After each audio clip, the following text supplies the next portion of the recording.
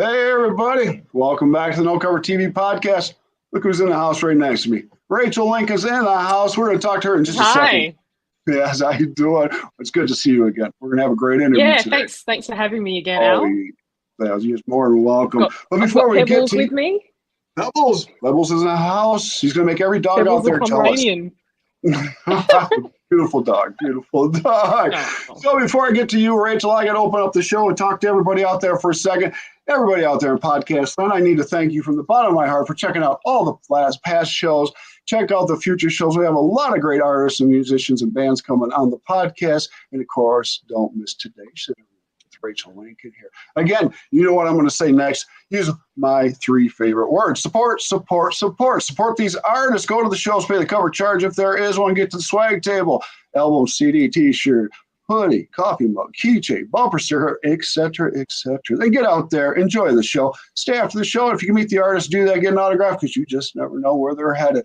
Artists love doing what they're doing to put a smile on your face, and they return your smile. Let's put a smile on their face. It's a great thing. It's a great thing. Oh, yeah, it is. So let's not waste time. Let's get in the house with the award-winning country pop artist, Rachel Lincoln. How you doing today?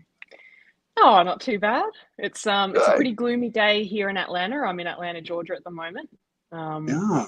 So just having a chill Sunday afternoon, a bit gloomy, but that's all right. Well, good. So we're going to have a lot of fun today. We got quite a bit to cover here, and I want to know it all. So do they out there. So good deal. So now you're a country pop singer. Yes, that's right. Amazing music that you've got going on. Oh, and we're thanks, going to we're going to get to that in a second. But first, I need to climb inside that head of yours. I want to know some things. Can I do that? Okay, sure. Let's go in there. Yeah, let's pick the brains. All right, I'm going to get in there. Now, I want to take you back in time. And you started early, with music. I'd say, so I'm going to bring young. You very young. So around 8 to 10 years old, okay, you were listening to some music. Was it music the parents were playing or siblings playing that you were catching on to? Yeah, I would say parents. My dad would play a lot of ABBA and CCR and Billy Joel and all kinds of stuff really. So I think Van Morrison as well. So I think I started to realize that I liked blues and soul and all kinds of stuff really. Country rock, a lot of stuff from that era, yeah. And I think I had a lot of musical influences actually. All right. Now, were your parents musicians at all, or any of your siblings? Do you have siblings? I have one brother. He's quite a bit older than me, a bit of an age gap. But no, I'm the only musician in the family. Are you? Yeah, the only sort of creative as well. Funnily enough, so yeah. So you're belting it out to the songs on the record player, radio, all that stuff. But 12 years old, you went and did a contest. Yeah, I was doing a lot of music at school, and I was in productions and like light opera sort of shows with my hometown local theatre company. So a lot of my free time outside of school was spent doing shows and dancing and music and stuff. And I won an award that was part of my school music program at the time. Right. It was like a best musicianship award, and the prize was a gift voucher for the local music store in my hometown. And nice. I don't know why, but I bought a ukulele with that prize, and taught myself ukulele, and still play today. Ukulele. It's a bit niche, and people don't take it seriously, but it's good. It's mobile. It's right. You Cool. You can make all the chords you need. What do you need? It's a great instrument. It's a great little instrument. It's portable. I love it. Now, if you notice today, folks, with Rachel here, she's just a little bit freezing up a little bit, but that's because she's house sitting. So we might have that little problem today, but that's okay.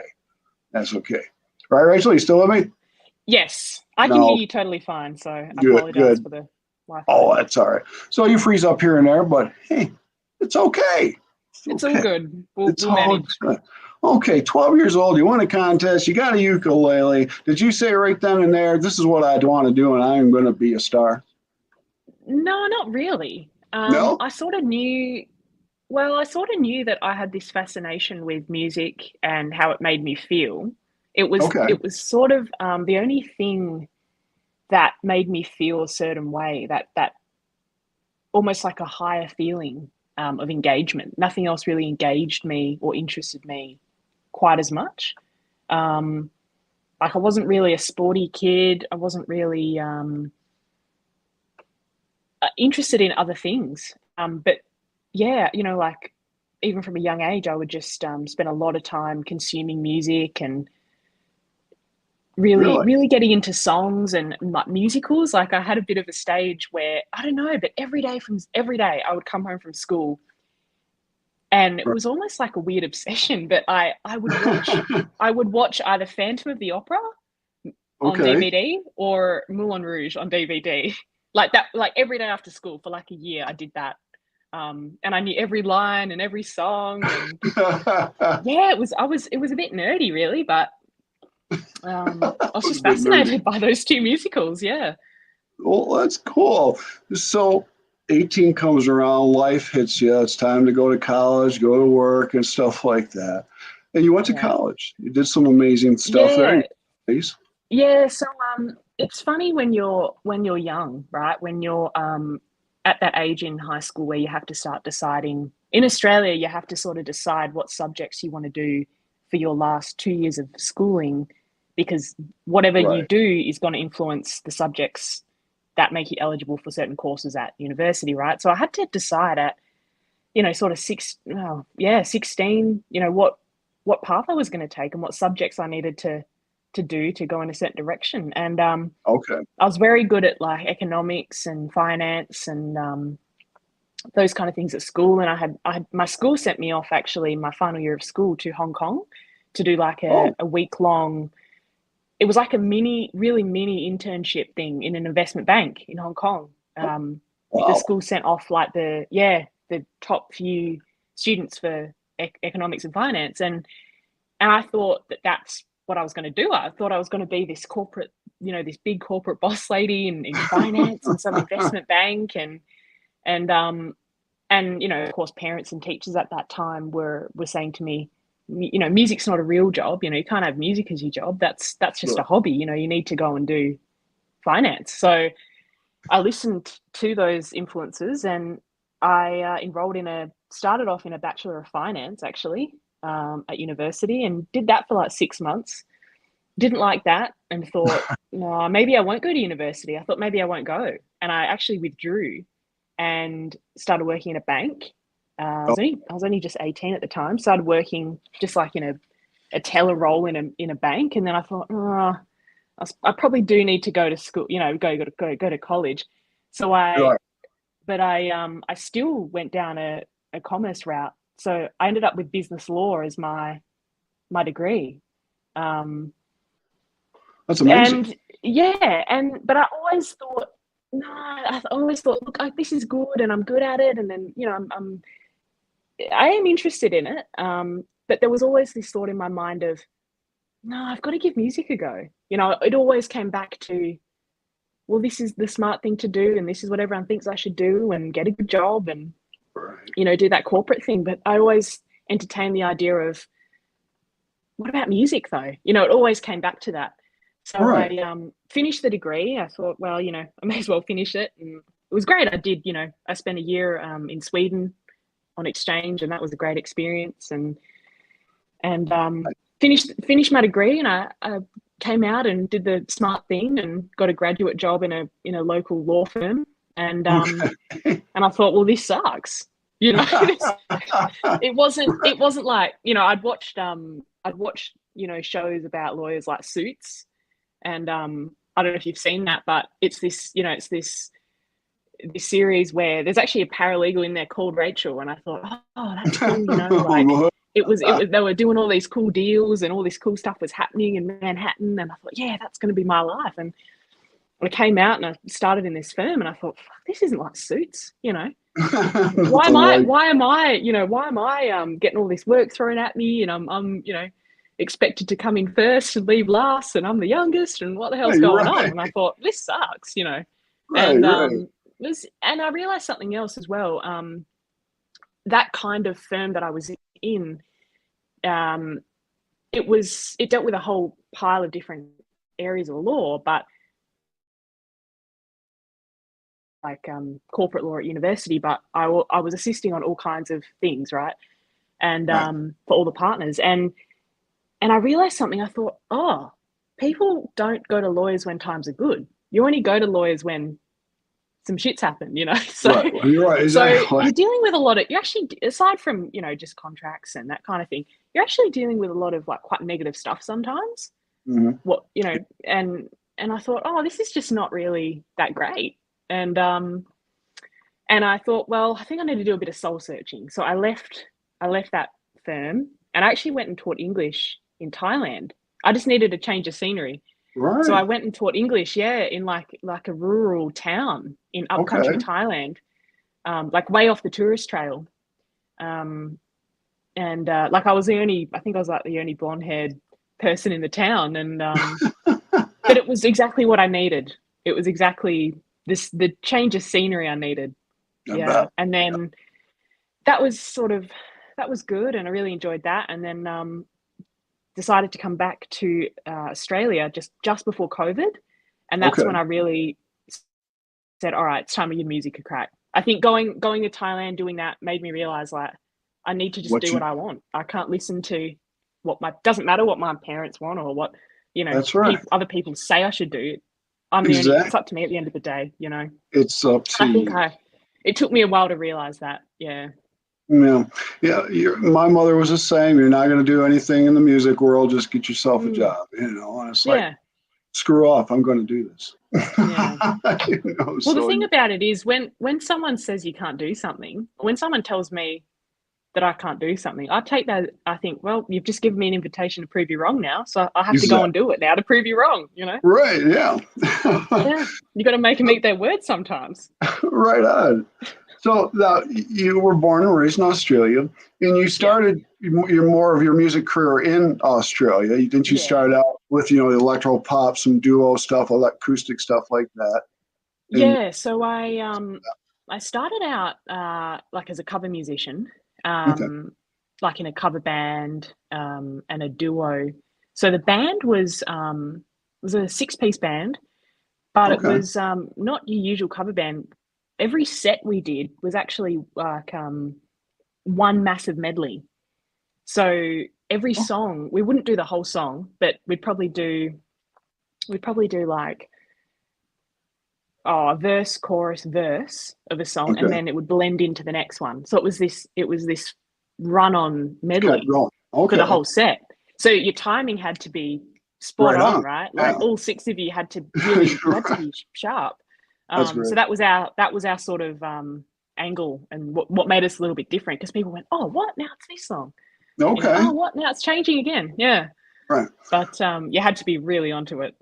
Yeah. Now, doing all that, I feel in your heart you had that itch. You always wanted to go out on your own and do country, didn't you? You could get the accumulation of blues and jazz all mixed together with country. Is what? Yeah, I think when I started, so I was doing cover gigs, you know, and that was great. I thought this is good. I can, you know, I'd proven the parents wrong that I could make a living off being a musician. So that was great.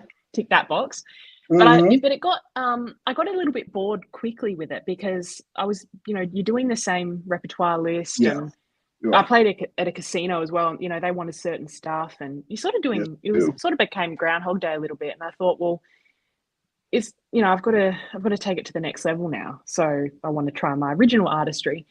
And I think at that time, I probably thought that I had to make music in a genre that was, you know, whatever was most popular at that time. So country was hot. And well, I started out almost making like electronic pop music, because I thought that's what would be received well. Right. But and I won some awards for my electro stuff, but I always thought, oh, this is not doing it for me. Like the elements of this genre are not fulfilling me. So I knew that from a young age, I like blues and soul and, a bit of rock but it took me coming over to the US to realize, oh, okay, I think country or country pop is the genre because it Wow.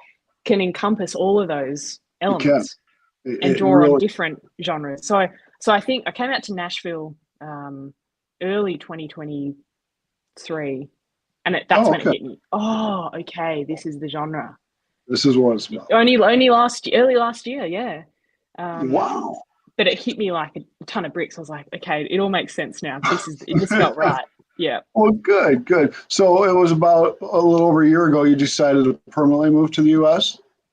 It was ended 2022. I came Okay. over for like 10 days, I think, like in October 2022, and I thought, well, I survived in Sweden and I survived in Thailand and US. It's the same language and similar culture. It Right, should be right. fine, right? What's the worst that can happen?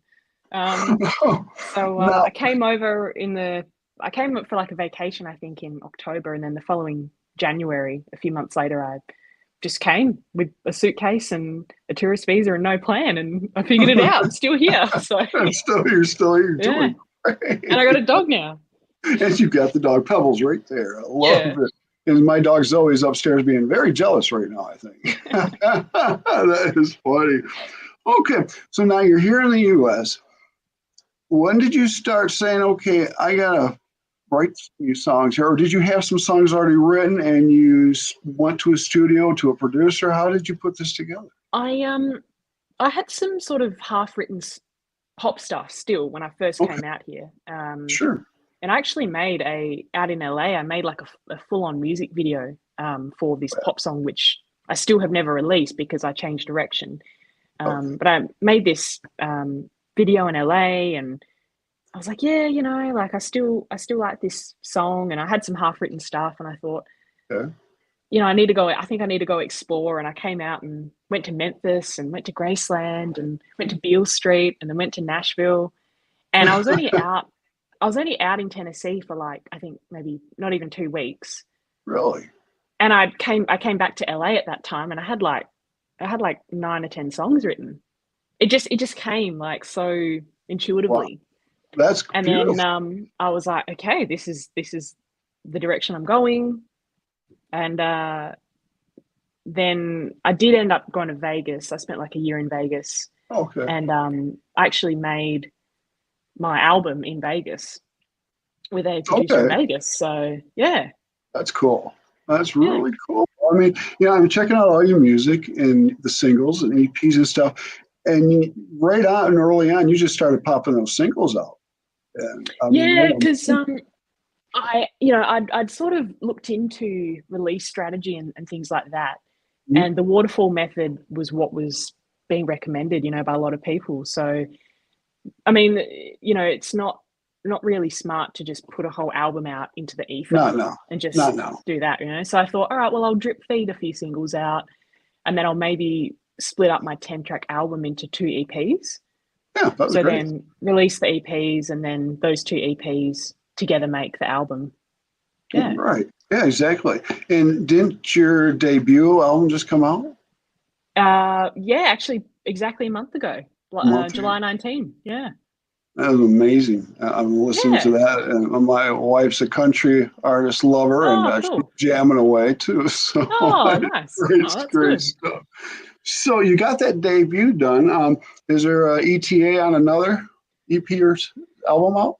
Not at the moment. I've got a few song ideas for, new songs that could be made, but I think I need to go and have some life experiences because more life experiences to write about, because I write about things that happen to me. And Yeah.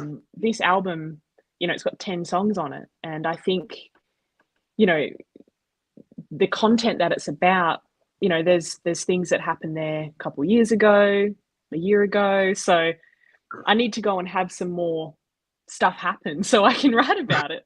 There So you go. whenever that happens, whenever some life stuff happens and I go, all right, well, I've got, stuff to write about now. That'll Right. probably be when. Yeah. You can do what I did. I had a Jeep. I took the top down. I drove 3,000 miles around this country with my guitar and had a good time. Gee. So, Yeah. and life I love experiences. yeah, me and the dog have driven across the US and back a few times now. We're on like an extended road trip at the moment, so Okay, that's yeah, great. seeking out that adventure. That's great to do. That's great to do. Now, before we get any farther, tell everybody in podcast land where they can find your music, you, and everything about you.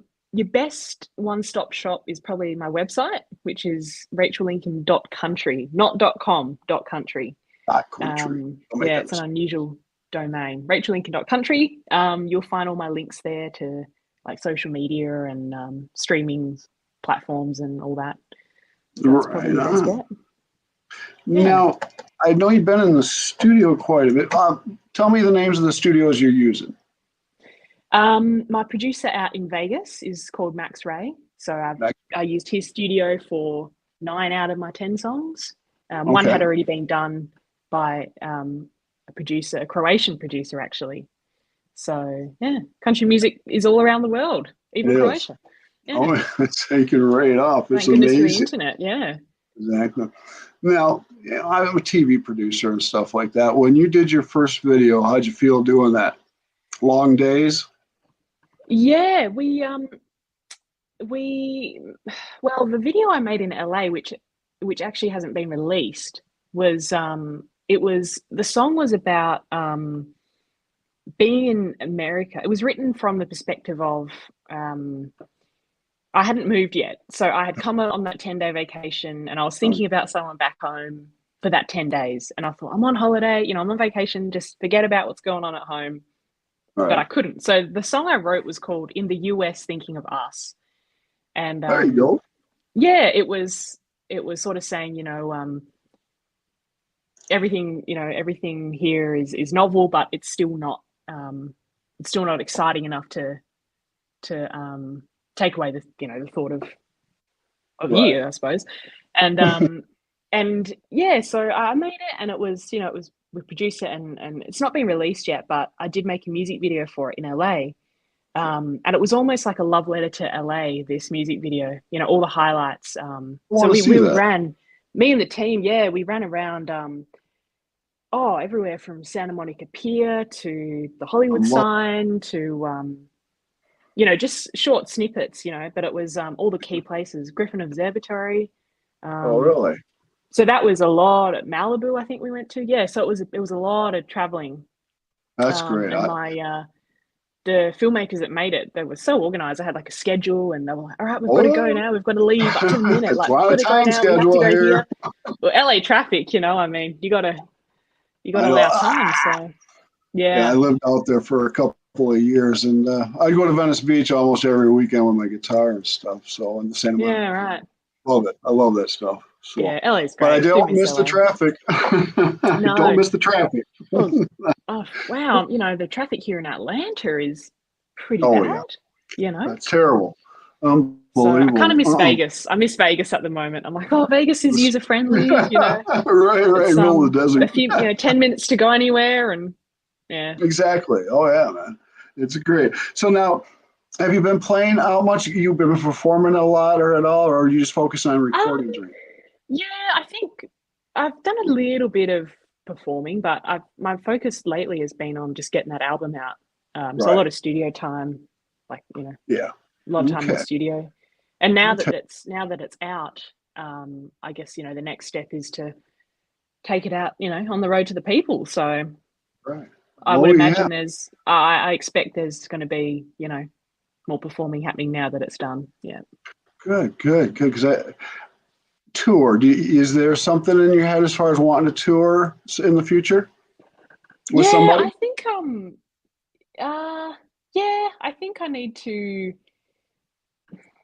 I mean, look, touring it.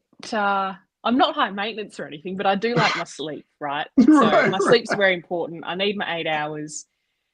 So I think the routing would have to be done in a way so it's not like driving for 9 hours a day, performing that night, getting 4 hours Right. of sleep, and no, Oh. it needs to be more paced out so I can sleep You're good. right. So yeah, That's I'd have great. to have a nice, you know, Nice bus little or bed, nice something bed. comfortable. Oh yeah, Yeah, exactly. yeah. Hot showers, And exactly. the dog would come as well. So Oh yeah, gotta bring the dog. oh yeah, Exactly. It's the mascot.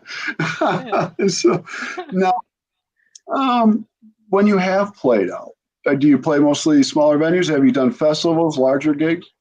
Not in the US. Okay. Smaller venues. Yeah. The biggest venue I've probably played ever would probably be like, probably I'd say like 1,500. It's not a bad crowd. Yeah. It's not Yeah. bad. Oh, okay. Yeah. So do you like the bigger crowds, or when you're on a little bigger stage, or do you like it when it's more up close and personal? I think it depends on the vibe, you know, because it's great to feed off other people's energy and you know the vibe and everything. But what's also great is you know, I've had in intimate situations, I've had people come up to me crying, saying, "Oh my God, you know that song that you just did means so much," and you know that has a special meaning for me. That, And you know, you can have a chat with them and you yeah. hear to them why that is important. And I think it's so interesting that you know, we all make meaning of a song differently, and one song can mean so many different things to different people and be interpreted in different ways. And yeah, Yeah. it's great when you know you're playing. Like I remember I used to play in a casino back home in Australia, and you'd do some ballads, and you know couples would get up and dance, and then Oh they'd yeah. come and say, "Oh, that was our wedding song. You know, that was great. We love that." So I don't know. That's, It's each has their own nice things about yeah. them. You know. Well, Yeah. that's cool. So good. So, a couple of songs I wanted to hit on that I'm digging, and everybody else out there is digging. And the one right now, what is Country Casanova that's taking right off? Yeah, yeah, it's Yeah. it won. Yeah, it's a bit more. It's probably my most radio friendly commercial song, I would say. It just won best modern country song in the World Songwriting Awards. So yeah, it's got a little bit of almost some hip hop elements to it. So There modern you country is a good way to describe it. Yeah, contemporary modern. go. Yeah. Yeah, you can just taking Nashville by a storm. And speaking taking Nashville and Atlanta by a storm, you put these big ass billboards up to make sure you own that town. Oh, you know, you gotta make an impression where you go, right? That's right. Oh, you got what, a big 40-foot by 20-foot billboard up in both cities. Beautiful. Well, the one the one here in Atlanta was 96 feet long. So Oh, and it today's the last day that one's up. that's And wonderful. it's overlooking Olympic Park, you know, right downtown Atlanta. So I've You been know, you keeping a watchful eye over all the, you know, Atlantan residents. yeah. I'm sure there's been probably a few fender benders. People looking at your billboard. It's this pretty girl up on the billboard. It's 100 feet high. Well, it was interesting.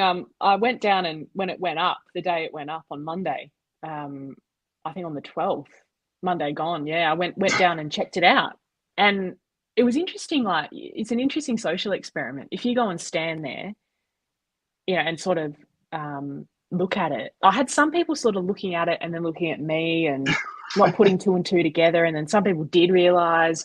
But what was kind of odd when I was in Nashville last month, I had one up there, and I got this message from this like random person, and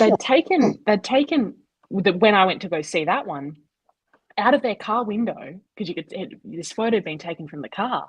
Okay. They'd taken a photo of me looking at the billboard, then somehow found me, my Oh, wow. personal Facebook, sent me a message and sent me a photo of myself looking at the sign. And they said, "Hey, saw you today in Nashville." And I'm like, okay, that's kind of odd, but cool.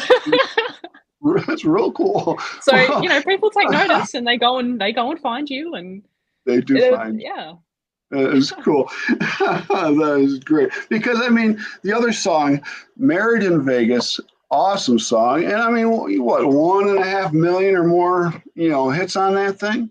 Yeah, and that Oh, one's won some awards as well. And yeah. it's funny that one. It was written when I wrote that song. I wanted it to be almost like I wanted it to be cheesy. I wanted it to be corny, like almost sort of like a nostalgic 1990s Shania Twain kind of fun vibe. Sure. And I think I got the corniness just right.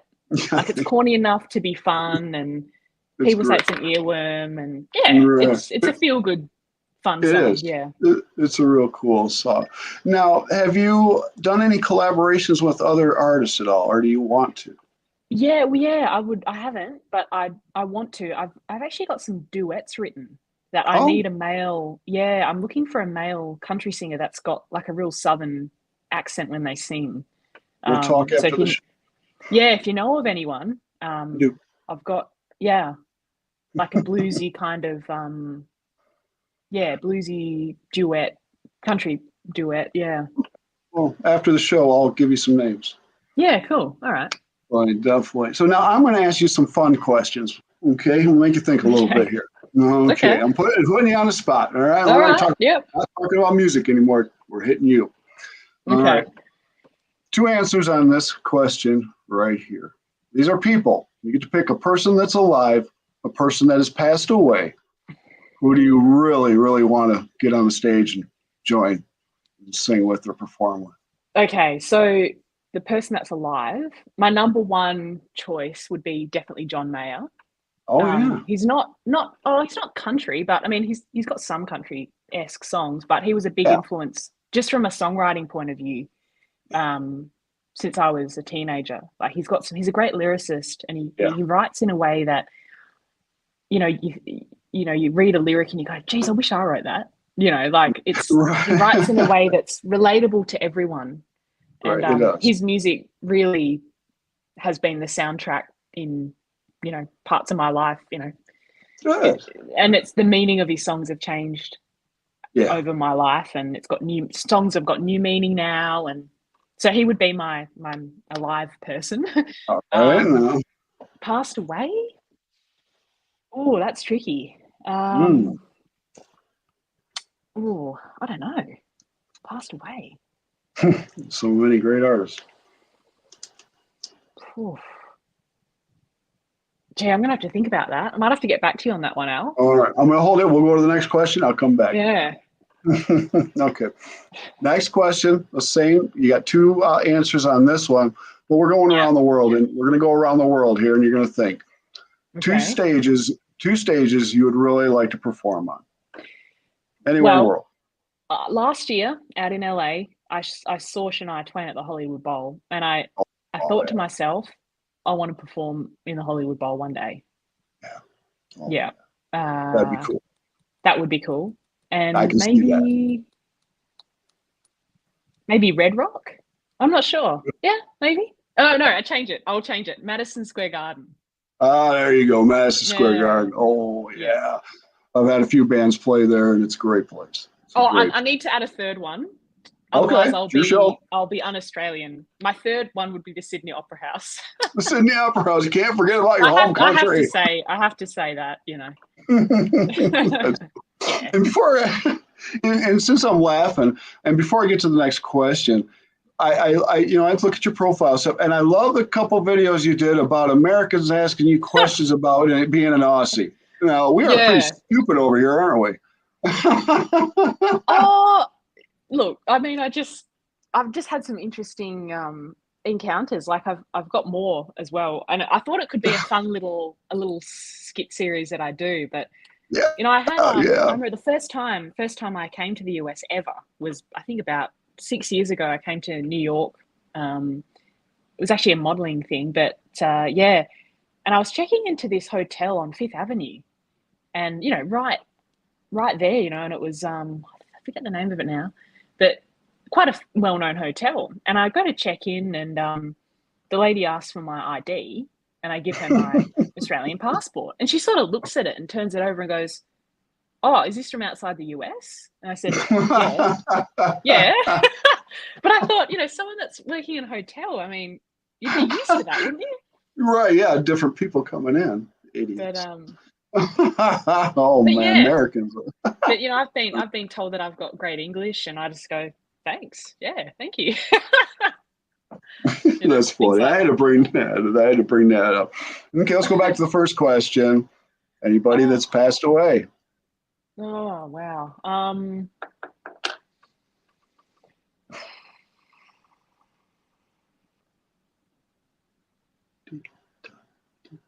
I don't know. No one's really coming to the front of my mind. All right, we'll leave that Because alone. I How don't. about Most of the people, I think, most of the people that I've thought that about, they are alive, right? Because I thought, oh, who would I like to perform with? Oh, well, maybe that person, maybe that person. But I've never thought about people that have passed away. So sorry, that's that's all? probably not. That's your show. We'll move on. It's your show. Now, this question I like to hear, and you kind of hit on it just earlier when we talked about your music and stuff. Yeah. Now, let's say you're playing in front of that 1,500 people right now. You're getting on the stage with the band doing your thing. You start singing. People turn around, they start moving towards you, they start swaying, maybe dancing. But most of all, they're singing your music to you. It's coming back to your heart in a big way. How does it make you feel? What, singing my Them own singing your music? songs. Yeah, the audience singing your songs Yeah. and dancing your music. Yeah, I think when I set out on the original artistry journey, Yeah. I was determined. I thought, well, if I'm gonna write music, it's got to be worthy of how John Mayer, has made me feel. Right? I Sure. want my music to become the soundtrack to people's lives. Yeah. So I think I set out. Yeah, I set out with that intention of, if I'm going to do this, it's got to be music that's worthy of um, having meaning to people, importance to Yeah. people. So yeah, It's mean a lot. it's yeah, great, and just hearing what some of my songs have they've been interpreted by other people as well is very cool. Yeah. Different ways of, you know, our different subtextual interpretations of music can be very different, and even though Yes. I've written them, to hear other people interpret them differently, it's very interesting. Yeah. It is. It is. Well, Yeah. good deal. All right. Now, this question here I usually say for my rock bands and metal bands and all the heavies, but you've been doing this a while. Back in Australia, here a little bit. Any embarrassing moments on stage? Um.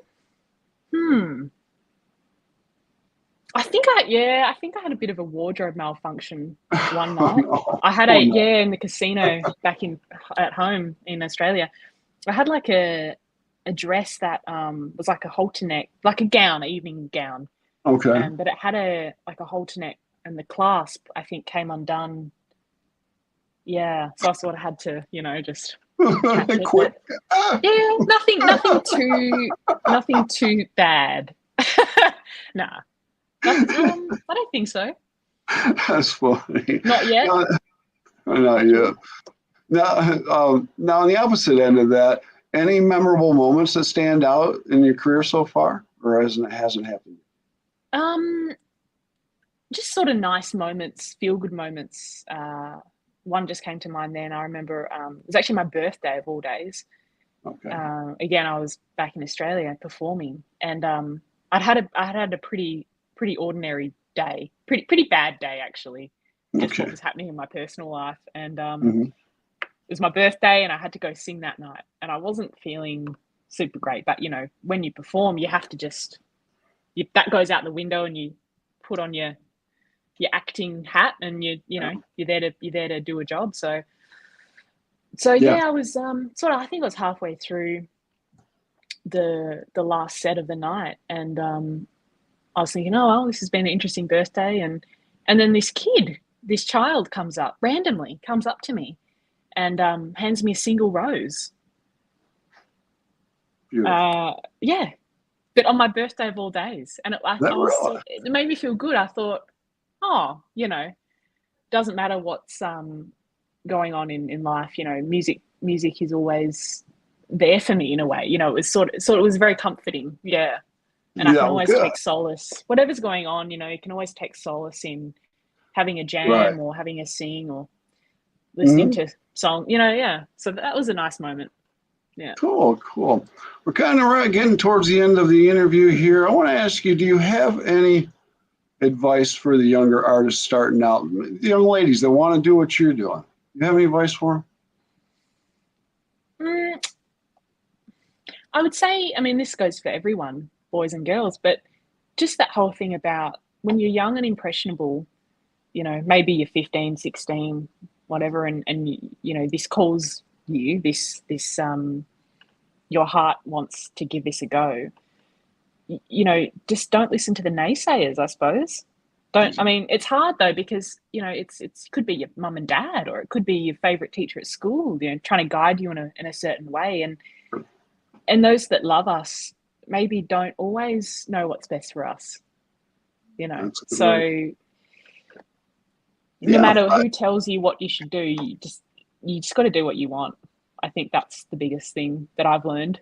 It took me a yeah, long time to realize that, but you know, and if you don't give it a crack, you'll always come back to it. You know, your mind will you always will. revert back to it, and Yes, you will. you know, there's nothing worse than having regrets. So Regrets, no regrets. Exactly. you know, Do what and if you it doesn't want. work out, then You you know try it. it doesn't work out. Then you go and do that corporate job anyway. You know, Right. I mean, you got nothing to lose. You know, you need to give it a go. So, At least try it. Do it your way. And like you mm, say, don't listen to all the crap out there. Just be yourself. Yeah, yeah, exactly. that's There's a probably a lot, bit there's a lot cliche, of but that. that's what Yeah. I needed to hear when I was that age. Oh, Yeah. yeah. Definitely, Mm. definitely.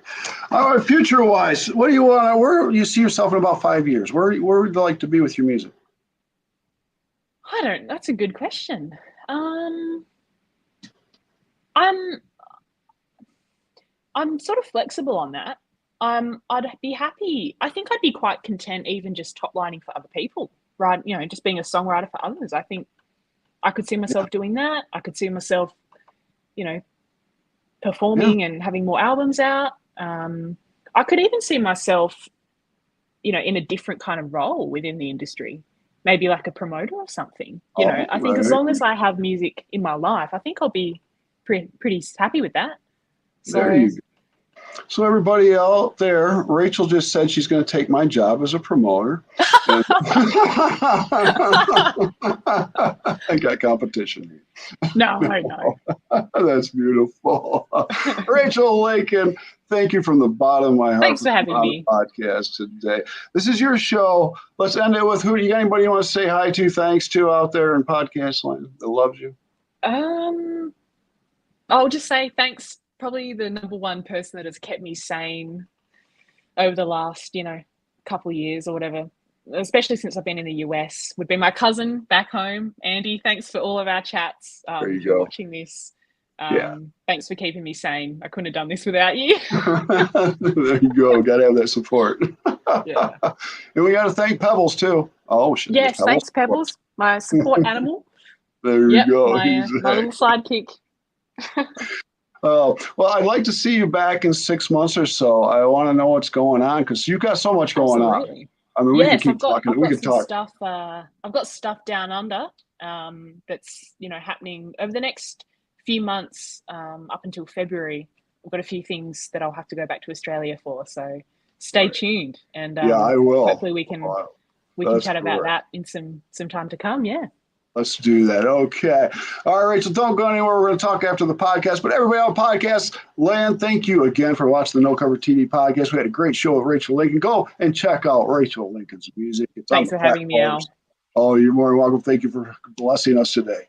It's a great honor. So go to the website, No Cover TV. It's not even up yet. So I mean, put it out there. It's being built. Professionals. I'm not building this. So it's going to be up soon. But you can get a hold of me at neilcovertv@usa.com, email or Facebook there. And I got to thank also, I'll put the thing up top there, 616 Kebab South. That's one of our sponsors, Mediterranean Restaurant, sponsoring a music show.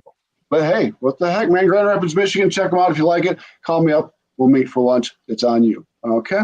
So anyways, Rachel, we're going to get out of here. Tell everybody bye, and we'll talk to them soon. All See right. ya. Thanks for See you, having me. Bye. Peace.